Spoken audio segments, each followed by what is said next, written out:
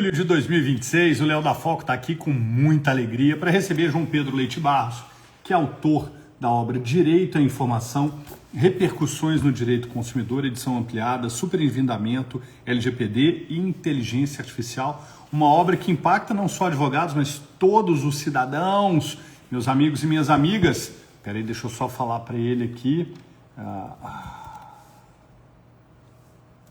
Pronto.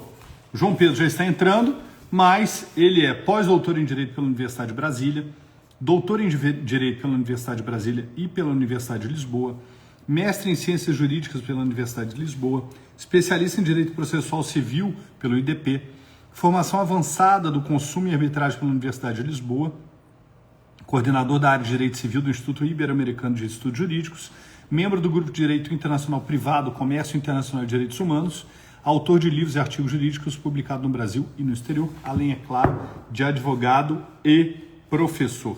E o que essa obra tem de tão relevante? O professor Dário Moura Vicente, que é professor catedrático da Faculdade de Direito de Lisboa, da Universidade de Lisboa, fez a seguinte apresentação. Presta atenção enquanto o João entra. Esse livro corresponde à tese apresentada por João Pedro Leite Barros em 2021 na Universidade de Brasília e Lisboa, no âmbito de um programa de doutorado realizado em co-tutela, em que o candidato foi orientado pela senhora professora doutora Inês Lopes Matos Carneiro de Farias e pelo signatário. Através da publicação da tese, aprovada com distinção em provas públicas por um júri presidido pela senhora professora doutora Cláudia Lima Marques, não preciso dizer mais nada, ele logrará obter a desejável divulgação para além do meio universitário, ficando acessível a todos que se interessam pela temática de inequívoca atualidade da contratação eletrônica. Então, o que estamos falando nessa obra é justamente da contratação eletrônica. Imagino que a gente vai passar, inclusive, por questões relacionadas à parte contratual. Deixa eu ver se o João já entrou aqui. Deixa eu confirmar. Bom dia, Murilo. Bom dia. Imagens em poemas. Temos mais um perfil aqui importante. O João ainda não entrou lá. A Ana. Vamos lá. E o que essa obra traz de mais relevante é justamente essa questão, esse balé que liga a percepção da informação ao direito consumidor nesse cenário de direito digital.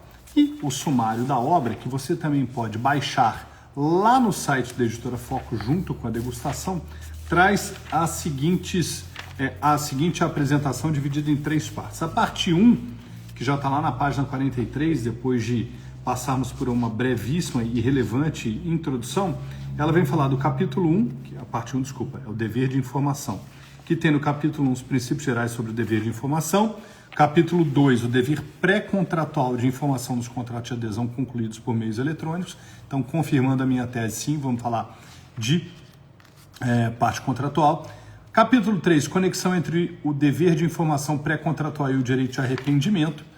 E capítulo esse que encerra a parte 1. Na parte 2, nós temos o incumprimento do dever de informação, que tem o capítulo 4, a qualificação do incumprimento do dever de informação.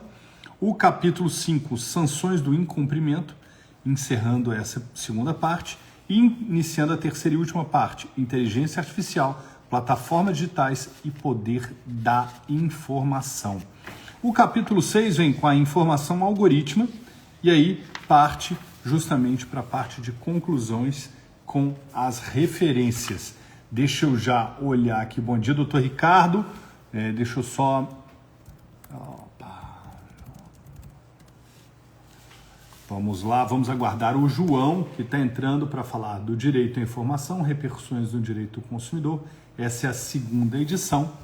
E aí, meus amigos e minhas amigas, nós vamos entender todo esse trabalho no que diz respeito à relação de consumidor, direito digital, direito à informação, com ele, o nosso querido autor. Deixa eu ver o que pode estar acontecendo com o João para tentar ajudá-lo, porque ele estava aqui falando comigo.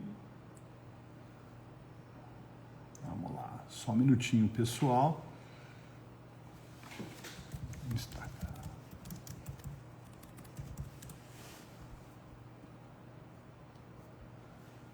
Vamos lá. Se o João não entrar em mais um minuto, meus amigos, eu encerro e começo de novo para que a gente não fique aqui esperando, tudo bem? Então, se você está aguardando o professor João Pedro Leite Barros, vamos dar para ele mais um minutinho. Pode ser que tenha acontecido ali alguma coisa alguma intercorrência. Hoje em dia a tecnologia tem dessas coisas. Deixa eu ver aqui se ele já entrou, já está conosco ainda não. Vamos lá. Ó, tá vivo, respondeu aqui. Vamos esperar. Falou alguma coisa. Vamos fazer o seguinte, eu vou encerrar, senão vai ficar muito... Aqui ele, pronto. Aí sim, João. Deixa eu te convidar aqui.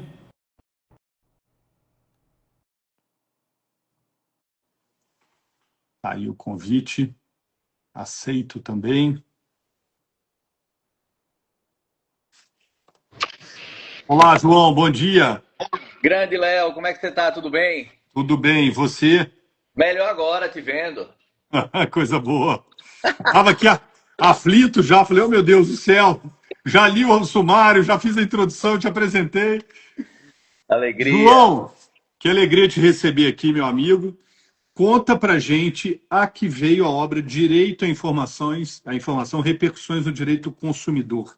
Vamos do início. A obra é fruto da sua tese de doutoramento, não é isso? Verdade, a obra é fruto da nossa tese de doutorado, a tese em 2022, que a gente defendeu. Tivemos a primeira edição do livro, que foi simplesmente fantástico, muito bem recebido pelos colegas, pelos doutrinadores, sobretudo pela comunidade jurídica, e claro, foi muito bacana. Em sequência, diante de tamanha recepção muito calorosa e muito bacana, nós avançamos para a segunda edição, que é essa aí que você está em mãos, que é Direito à Informação, e uma edição, Léo, mais ampliada, porque aqui a gente Sim. avança sobre inteligência artificial, sobre proteção de dados e, claro, também sobre superendividamento. Então, nós estamos avançando aqui por outros caminhos que a gente já tinha mencionado na nossa primeira edição, mas que agora, de uma forma muito clara e uma forma muito viva, sobretudo em cima das decisões dos tribunais, nós temos avançado e trazendo aqui essa obra para o leitor, uma obra completa, com um novo capítulo, um capítulo que inclusive também vai tratar sobre vulnerabilidade algorítmica.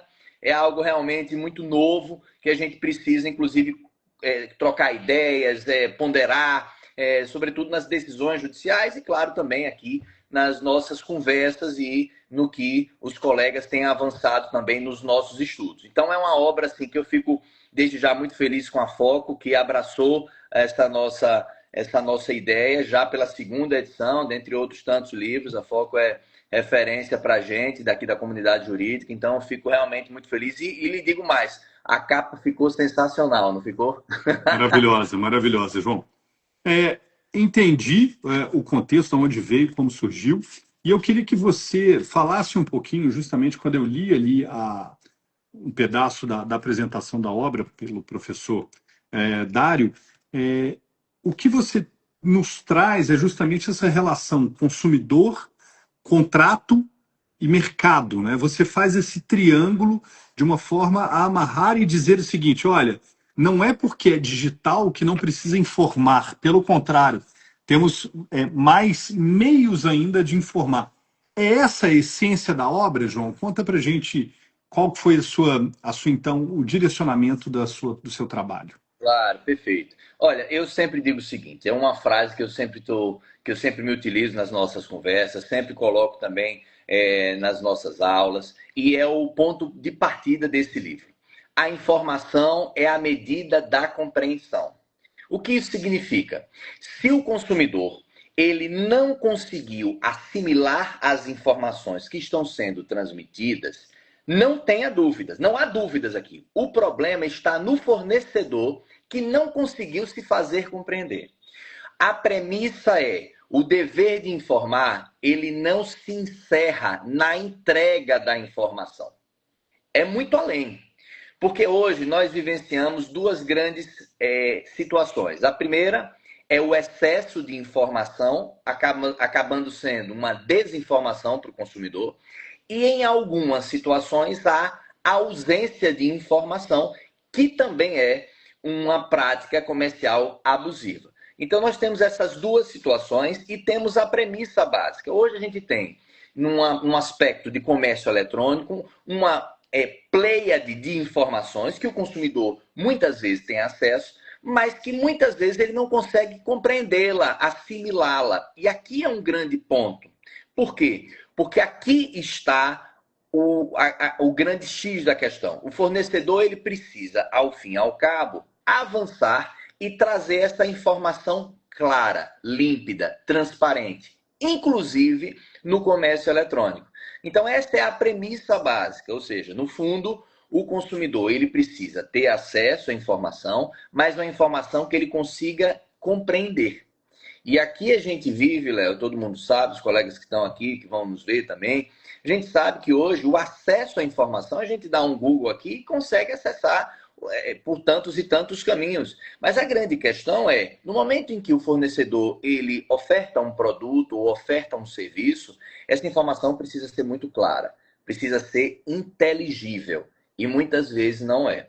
O que a gente tem aqui, já encerrando para passar a palavra, que a gente tem aqui os capítulos, a gente pode falar sobre alguns capítulos, enfim, mas o que a gente muitas vezes tem é o fornecedor se valendo das informações, ou seja, se valendo da certeza de que o consumidor ele não vai conseguir compreender, ele faz a chamada enxurrada de informações. Ele coloca tudo lá, o consumidor ele não consegue ler, porque isso aqui, o Steven Sloan fala que nós temos uma capacidade limitada de assimilar, biologicamente falando. Por isso que você, quanto mais objetivo, mais claro, para o consumidor é melhor. O excesso de informação, ele de fato atrapalha o consumidor. E um outro ponto também, já fazendo o link, para que a gente também continue aqui a nossa conversa, um dos pontos que a gente tem avançado aqui, que a gente avançou no nosso livro, é sobre o poder da inércia. Essa expressão, poder da inércia, vem de Thaler e Sustin, lá em Nudge, que diz o seguinte, objetivamente, no momento em que o fornecedor traz padrões para o consumidor, no momento em que o consumidor vai comprar um produto, não já vem aquela caixa, muitas vezes já pré-marcada, ou seja, já existe um padrão pré-estabelecido pelo fornecedor, nós bem sabemos que já existe isso, olha, esse é o recomendado. Ali há um grande problema. Por quê? Porque aqui você quintuplica ou decuplica o dever de informação. Porque no momento em que ele indica qual é o padrão, ele já está, inclusive, assumindo que o consumidor ele não vai conseguir ter acesso e que aquele é o melhor caminho. Se ele está dizendo que aquele é o melhor caminho, ele tem um dever de informação redobrado ali.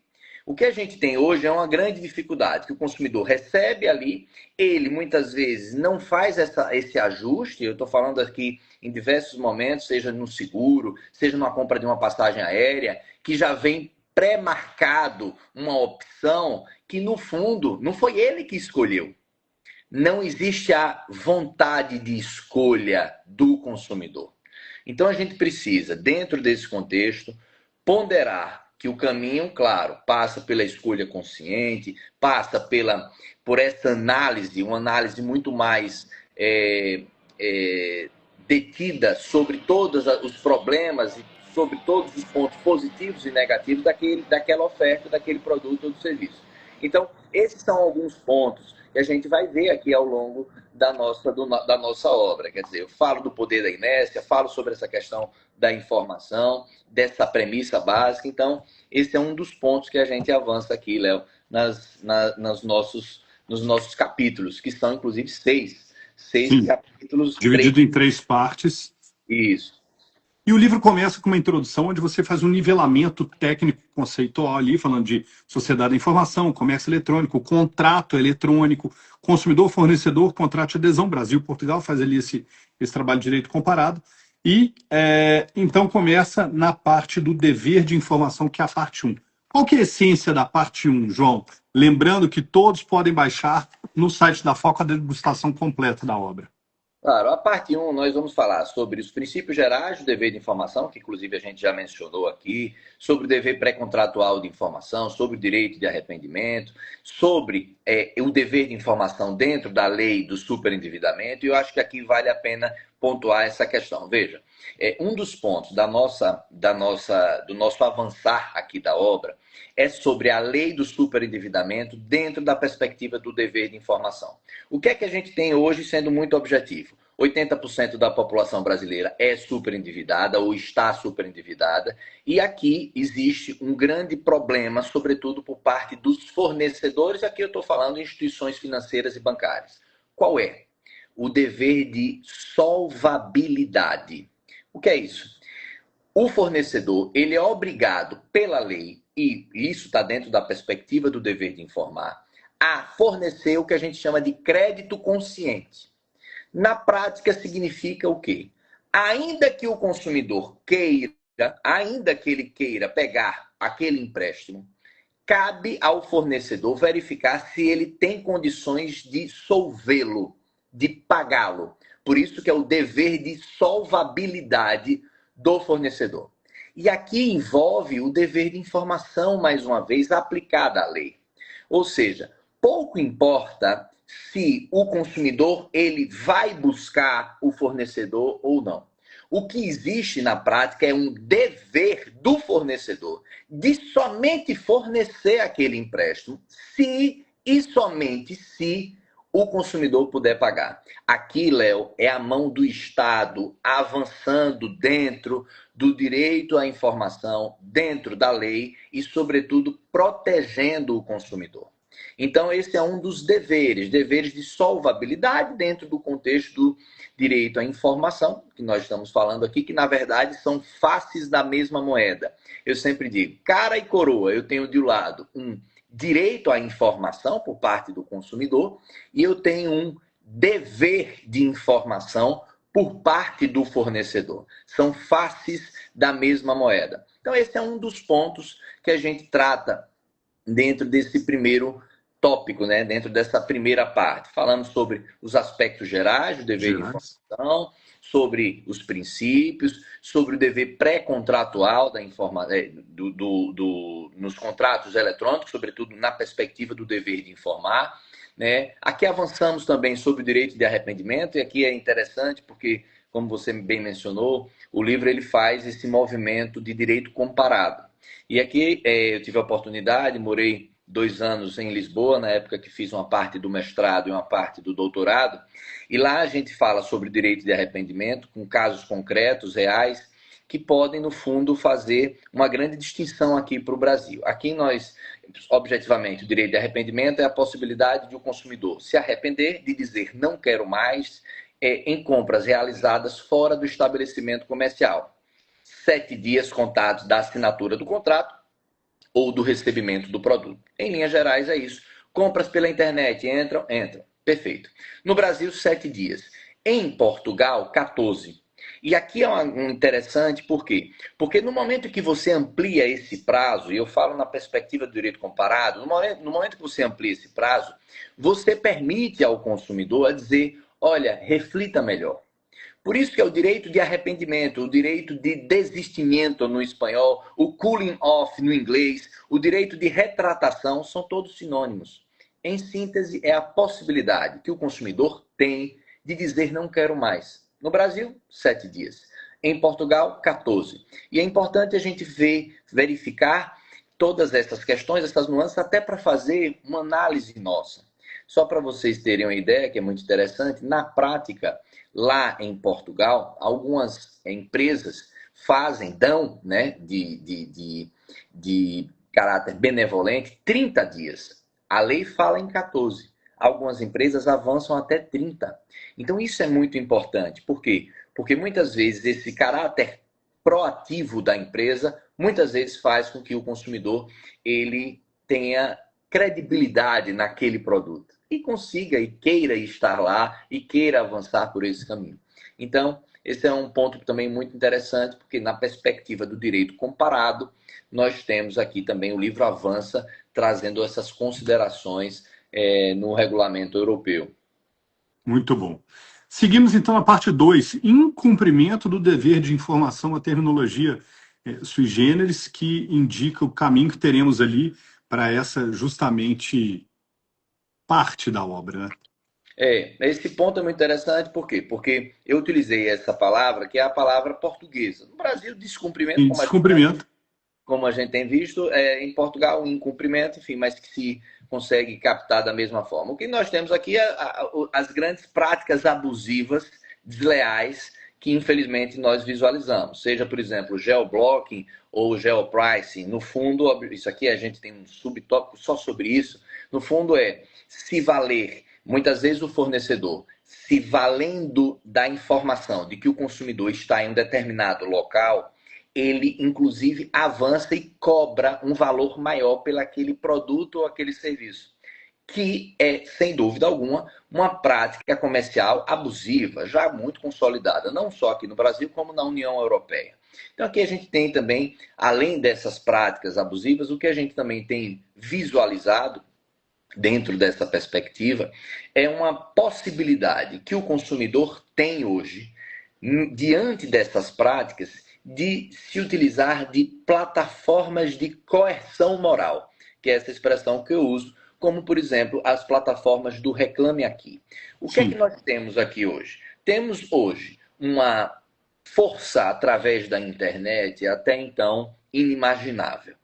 Nós temos algumas situações, eu não estou falando de todas, mas falo de algumas, em que o consumidor, se valendo da plataforma, ele indica que está descontente com aquele produto, com aquele serviço, e muitas vezes essa crítica, ela de fato, ela tem repercussão imediata para a empresa. E aí você sabe muito bem, muitas vezes você coloca a reclamação e o fornecedor vem e indica que aquela reclamação é uma reclamação correta, ou seja, no fundo o consumidor está certo. E aí, no final das contas, ele vai lá e resolve o problema, ele vai lá e ajuda e ajusta o consumidor sobre essa questão. Então, nós temos a forma de coerção moral se valendo de plataformas de reclamação, que muitas vezes tem dado certo, muitas vezes a gente consegue visualizar que é possível se você fazer. É mais um instrumento que eu chamo de... É mais um instrumento de justiça. Quando a gente sempre fala em acesso à justiça, não é acesso ao poder judiciário. Acesso ao poder judiciário é uma das formas de acesso à justiça. Temos outros tantos caminhos, como, por exemplo, você se valer dos PROCONs, das delegacias de consumo, como você se valer, muitas vezes, dos centros de conciliação, muitas vezes você se valendo também de situações como essa, como plataformas de coerção moral. No fundo, objetivamente, nessa parte do livro eu tenho práticas comerciais abusivas e formas que o consumidor tem de buscar o seu caminho, o seu direito, dentre elas, por exemplo, você avançar por esse caminho através, por exemplo, de plataformas de resolução de litígio, como a gente já também havia mencionado, mas também como plataformas de reclamação, como o Dr. Frank, que está aqui, que é o nosso presidente da Comissão do Consumidor de Sergipe, da OAB, ele fala no sistema multiportas. E é exatamente isso, é essa a ideia, ou seja, o consumidor se valer da pleiade de caminhos buscando ali, Exato. buscando ali o melhor, o caminho mais assertivo para ele de solução. Maravilha. E aí, João, a gente entra com a parte 3, que é justamente inteligência artificial, plataformas digitais e poder da informação, que é um aditivo essencial para uma obra com o perfil da sua, né? Sem dúvida. Essa parte 3 a gente avança aqui pela questão da informação algorítmica. O que é que a gente tem hoje, que é um termo que eu trago aqui no nosso livro? A vulnerabilidade algorítmica. Objetivamente, todo consumidor é vulnerável por excelência, seja pela raiz histórica, seja por tudo que a gente visualiza hoje das inúmeras, incontáveis práticas abusivas. A vulnerabilidade algorítmica é mais um tipo de vulnerabilidade. Por quê? Porque hoje nós temos, muitas vezes, plataformas digitais que se valem dos nossos dados e que, infelizmente, elas não indicam como irá utilizá-los, como eventualmente serão excluídos ou qual é a finalidade. Nós temos decisões opacas, decisões que muitas vezes não são auditáveis e que o consumidor, no fundo, fica ali a ver navios. Quando a pessoa, o consumidor, entre agora no Google, no Facebook, onde você quiser, digite o que você quiser. Não tenha dúvidas que em pouco tempo, se você digitar tênis, daqui a pouco você vai receber tênis, tênis, tênis, tênis, Propaganda, promoção, tudo. tudo, tudo. Por isso que é uma das críticas que a gente faz, que as plataformas elas estão se valendo dessa perfilização do consumidor e isso, no fundo, vai gerando uma visão de cabresto do consumidor. Por quê? Porque aquela expressão dai-me mais do mesmo, ela vale aqui. Ou seja, a plataforma se vale do nosso perfil e entrega somente aquilo que a gente procura. Na prática, isso é péssimo. Sobretudo porque, e aqui eu estou falando em linhas gerais, não é só de compra, eu estou falando, no fundo, eu estou falando dessa capacidade que o consumidor tem de refletir, de reflexão. Então, muitas vezes a plataforma, se valendo disso, ela exclui, por exemplo, pensamentos diferentes.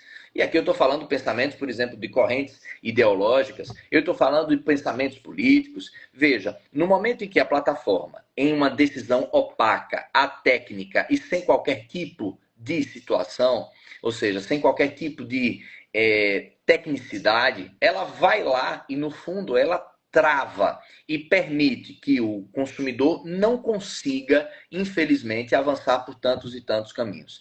Então, hoje a gente tem uma vigilância digital que é muito forte, em que o poder da informação, ele é a posse dela. E a gente sabe disso. Entra na plataforma digital, a primeira coisa, você coloca nome, sobrenome, CPF, etc., coloca seus dados. Primeira pergunta, para quê? Para quê? Para quê? Porque esse é o grande ponto. Infelizmente, que a gente tem uma grande dificuldade aqui de que o consumidor não consegue ter, na prática, saber quais são os caminhos que aquela plataforma está se valendo dele. Está se valendo dos seus dados. Então, o consumidor, ele, muitas vezes, através da vigilância digital que a gente tem hoje, ele não consegue avançar e ter o que a gente chama de diversidade de pensamento. Infelizmente é isso. A gente tem uma visão tacanha do mundo, e é isso que eu coloco, que é isso que está escrito aqui. Por quê? Porque, infelizmente, as plataformas digitais, se valendo dos nossos dados, se utiliza da perfilização e, no fundo, ela vai e trava o nosso pensamento. E isso é um dos pontos que são péssimos, é um dos pontos péssimos que nós temos visualizado e é uma das nossas críticas, né? O consumidor, ele acaba sendo, no fundo, um próprio produto. Como eu sempre digo, dados são bens transacionáveis com valor econômico. Dados são bens transacionáveis com valor econômico. E é por isso que muitas vezes a plataforma, se valendo dos nossos dados, ela vai, compartilha sem a nossa autorização, se vale, traz através da nossa navegação, do nosso histórico, indica somente aquilo, e isso, no final das contas, é péssimo. Aqui tem um detalhe muito importante, e aqui para fechar, já te passar a palavra. Qual é o grande detalhe? É que isso tudo é feito sem a nossa autorização. Aqui é a grande questão. Não é nós queremos e logo assim é o feito. Não, não é isso. É sem a nossa autorização isso é feito. Que é a grande questão. Por quê? Porque o consumidor fica ali a ver navios marginalizado, excluído. E esse é um dos pontos que nós trazemos aqui na nossa reflexão, que é a nossa última parte, que é a parte que fala sobre informação algorítmica, que fala sobre inteligência artificial também, enfim, algumas das nossas ponderações, Léo. Magnífico, João. E juntando aqui com o Dr. Frank Foine, se aplica nas bets também, quando você fala de perfilização, eu fico imaginando o caso de alguém super endividado que está envolvido com bet, ele não consegue sair desse ciclo vicioso, né, João? Ele vai continuar vendo bet, uma, duas, outras opções de outras plataformas, onde as ofertas de ganhos fáceis são cada vez mais ostensivas. É uma tristeza. E a gente tem, então, essa questão também do consumidor, que ele está sempre numa situação de vulnerabilidade digital muito mais do que ele estaria no mercado onde não houvesse essa digitalização, né? Fico imaginando alguém andando no centro da cidade procurando a lotérica. A dificuldade que é frente a achar a bet no celular, né? Exatamente, quer dizer, ele muitas vezes, o sistema, ele, em cima da sua navegação, ele vai e te coloca aquilo tudo num sistema cíclico, retroalimentado pela própria plataforma, sobretudo direcionando ao consumidor o que a plataforma quer. Até porque no momento em que ela vem e faz isso, ela também ganha com isso, porque existe a publicidade paga, o anunciante. Então aqui é um sistema complexo, mas que está muito claro aqui. Há uma vulnerabilidade algorítmica do consumidor, o consumidor não consegue saber, não consegue destrinchar, são situações atécnicas, opacas, que o consumidor ele não consegue ter acesso. Qual é a lógica que o fornecedor está se valendo? Por que ele indicou aquele produto, aquele serviço, aquele anunciante? Porque é óbvio, porque ele tem interesse nisso. Então temos que ter muito cuidado, sobretudo fazer essa análise prévia. Eu sempre digo o consumo consciente é a regra dos 2 P's. Preciso do produto ou do serviço? Posso pagar?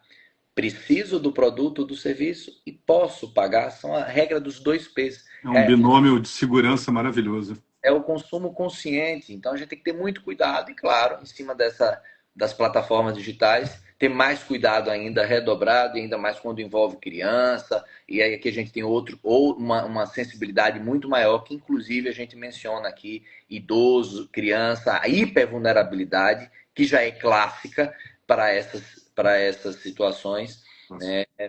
Aqui fica mais redobrado ainda mais no comércio eletrônico. João, só posso agradecer a sua participação aqui. Tornou a nossa dinâmica digital ainda mais intensa, porque a gente abre os olhos, a gente acha que está sob o campo do domínio. Está nada, a gente está o tempo inteiro tomando lapada. Verdade. E com certeza o seu papo, para aqueles que nos acompanharão ao vivo ou em reprise, serve de alerta e vai nos ajudar muito. Queria te agradecer e parabenizar pela segunda edição da obra, desejando enorme sucesso para ela. Léo, eu que agradeço. Um grande abraço para você, para os amigos, amigas que vão assistir essa live e, sobretudo, dizer que nós estamos à disposição. Direito à Informação, segunda edição, a Foco, ela, mais uma vez, abraçando o nosso projeto. Eu fico muito feliz. Muito obrigado para você e a todos. Na tela temos aí o cupom do João. O Frank ainda não comprou o livro, vai comprar com o João 20 lá no site da Foco agora. Vai ter 20% de desconto. E eu fico aqui desejando a todos um ótimo dia, seja lá qual seja o seu dia. Fiquem todos com Deus e com saúde. E até o nosso próximo encontro. Obrigado, João. Valeu, Léo. Forte abraço, pessoal. Valeu. Abraço. Até mais.